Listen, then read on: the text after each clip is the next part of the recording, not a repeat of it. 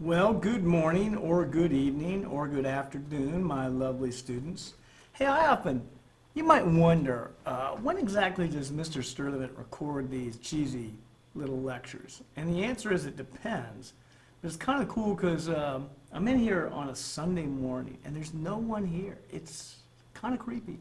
Hey, I love this image for imperialism because you have this like little, I don't know, mini continent out in the middle of the ocean here, and we're gonna slide over. Look at this little boat, like this little boat of discovery, and then we're gonna like walk around this continent, follow this path. Um, Everything about this is accurate except for this poor dove over here. I mean, a dove is a symbol of peace, and imperialism is anything but peaceful. But you know, I was looking at the calendar today, and we were just flying through this semester. I mean, now we have Thanksgiving just around the corner, and after that, Christmas, and pretty soon it's winter and semester's over. So let's do a good job on imperialism, and then the last thing we have to cover in this semester is WW1, baby. So this is Unit 4 out of 5. Wow, where does time go? Okay, we're going to deal with four essential questions in this presentation. And the first one is, what exactly is imperialism? Why did it take place? Who were the imperialist powers, and who got colonized? And what's the impact of imperialism? And I have to say, the impact is still very prevalent today. So these are good questions, and they're going to guide this presentation. Now, I want to apologize for this slide. I mean, I'm not happy about this slide. I'll probably lose sleep over this slide tonight. I'll probably have to take a Benadryl to get sleep tonight because of this slide. First of all, the time period we're looking at is imperialism was 1800 to 1900. Now, obviously, there was imperialism before 1800. And obviously, there was imperialism after 1900. But for our purposes today, we're going to look at the time period from 1800 to 1900, which was fueled by the Industrial Revolution, our last unit. So I thought I'd give you a definition for imperialism. And I apologize for this so much. I'm not a fan of slides that have a lot of writing on them. I think that I'm asking my audience to multitask. Listen to me and copy down words. But this is one time I just felt like, I need to give them the definitions. Here it is. Extending a nation's power over another country to gain political, economic, or social control. I am so sorry about that. I will try not to let that happen again. Hey, if you have to pause this to get those words down, go ahead. All right, now check this out. Who were the imperialist powers? Now, there's some images that I like, some images I kind of live with, and some images I love. This is one that I love. First of all, you got this poor Chinese dude up there throwing up his hands. He has some pretty long fingernails, by the way. You know, kind of going like, what are you doing? And then you have like these just pushy, aggressive people down there with their knives out, and they're carving up his country. Now, it's kind of interesting, in case you haven't figured it out already, this would be the Queen of England. This would be some German dude. I like his point on his helmet. That'd be a good football helmet for Big One that we could kill our opponents with this. This dude right here is, this is Russia right here. And this lady back here represents France. And this is Japan, the only Asian country that embraced the Industrial Revolution. China obviously is embracing it right now, but back in the day, Japan was the only one. So they show these really aggressive, jerky people carving up China. Now, as far as who were the imperialist powers, here's a good word. They were Western powers. When you hear the word Western, you got to think about Western Europe and the United States of America. These are Western powers. These are civilizations that are products of European culture. Now, obviously, in this image, you got Japan in there, but Japan's a minor player in the whole imperialism story. The Western powers, Western Europe in particular, these countries went out and obtained these colonies. much to the chagrin of the people who live there, which we're going to talk about. Okay, there's got to be a reason why they do this. Why in the world would they go and capture another country? And the answer is simple: markets and resources. Now, I want to make sure you understand what those two words mean. By markets, I mean people to buy your stuff. You see, the Europeans were so productive with the Industrial Revolution that there just simply weren't enough Europeans to buy all the stuff that they were producing. So if you go and get a colony somewhere, you can pretty much force people to buy your things. It's a pretty sweet deal. Now, as far as resources go, I mean, there's only so many resources in Europe. If you can go to places like Africa and obtain all their mineral resources, you take those back to England or Germany or wherever, and you build products with them. And the great thing about having a colony is you don't really have to pay much for the resources. In many cases, you just steal them. And Africa was one of these continents that just had incredible amounts of mineral resources. I mean, they had everything but the kitchen sink. I'm sorry, that was a terrible pun. Okay, so far I put a bunch of text in your presentation, and now I've told a terrible pun. I'm just not being a good teacher today. I'm so sorry. Oh, I like this image, by the way. You got England as this octopus that keeps grabbing more and more stuff. And when you look at this cartoon, you don't feel good about this character right here.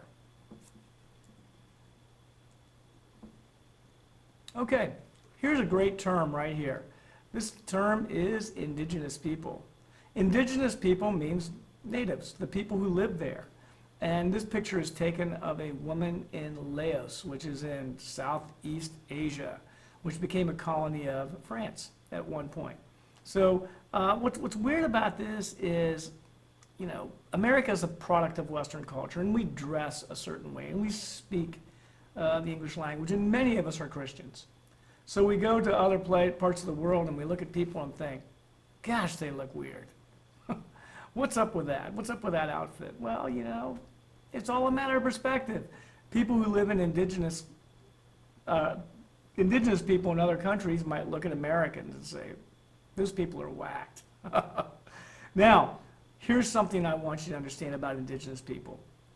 Imperial powers did a lot to improve their standard of living.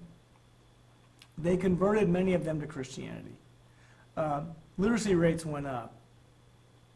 Transportation facilities were built. A lot of positive things happened to these people, but their freedom was taken away from them, and Western culture was imposed upon them, which is a problem, which is a major problem. Even though they might have got a little richer, they lost a lot of freedom, and that's a big deal. As a matter of fact, many people look at what the Western powers did to other parts of the world, and it just seems like they're bullies. It seems like they are imposing their will on somebody weaker, and it's not for very nice reasons. It's to steal their resources and shove manufactured products down their throat. Now, like I said, they did do some positive things, but the motivation for a lot of imperialism was pure greed. Now, you might say, what's this concept of being a bully? I mean, we're all dudes here. I mean, you know, people in Africa are strong physically. I mean, people in Asia are strong physically. What is it? How could the West just impose their will? Well, they had something. Guns. And guns have an equalizing force. I mean, you might be a pretty bad dude, but if you come at somebody who has a gun, you're not going to win. And thanks to the Industrial Revolution, the Western armies had this huge advantage. Now, we're going to be watching a video called Zulu. And in this movie, Zulu, which took place in 1879, this small British force holds off this massive Zulu force, African natives. And the primary reason they were able to do that was they had guns, Zulus didn't. Huge advantage for the Western powers. The Industrial Revolution produces these superior weapons. Now, this is an important term, and the term is exploitation. And, I think you may have heard this term before. What it refers to is taking advantage of the resources and labor of a colony for the benefit of the mother country. In other words, you steal something from them, use it for your own benefit, they suffer, you prosper. And I really like this. I really like this image. This person looks like a girl's bike, obviously, girl's bike tire, but you never know. This person locked up their bike and thought it was safe, and they stole the back of the bike. What's up with that? Okay, so exploitation is this concept that Europeans went in, Western powers went in, took stuff of value for their own benefit, and didn't give back. Now, something else that's really important is the concept of oppression. Now, when you go into a colony and you take over and you steal resources and you generally make yourself very rich, the people who live there might get mad. So what you do is you take away their political freedom. And so oppression refers to violation of human rights. You can force them to work in miserable conditions. You don't give them a say in what's taking place. It's kind of like, some evil invaders came into your house and took it over and made you work. So, and by the way, this picture, which I love, was not taken from imperialism. It was actually from Russia. And the person all stooped over here was a Jew, and that's the Tsar, the King of Russia, who is doesn't really care what this person's going through. But it's a good image for oppression. And a lot of this goes back to this concept that I introduced during the Industrial Revolution. Right at the end there's this concept of social Darwinism. So here you got this snobby guy, and he's sniffing his cork, and he's getting ready to have a drink of his wine. He's got a pretty cool looking little robe on, got his little ascot with a jewel in there, got his monocle, everything's cool, man. This guy's a snob. As a matter of fact, I found this image when I searched snobbery. The Western people, the white people, quite frankly, looked at brown people, whether they live in Asia or Africa, as being inferior. And this attitude really fueled a lot of imperialist ideas and problems in the future. Okay, people, buckle up. This is going to be a good unit on imperialism.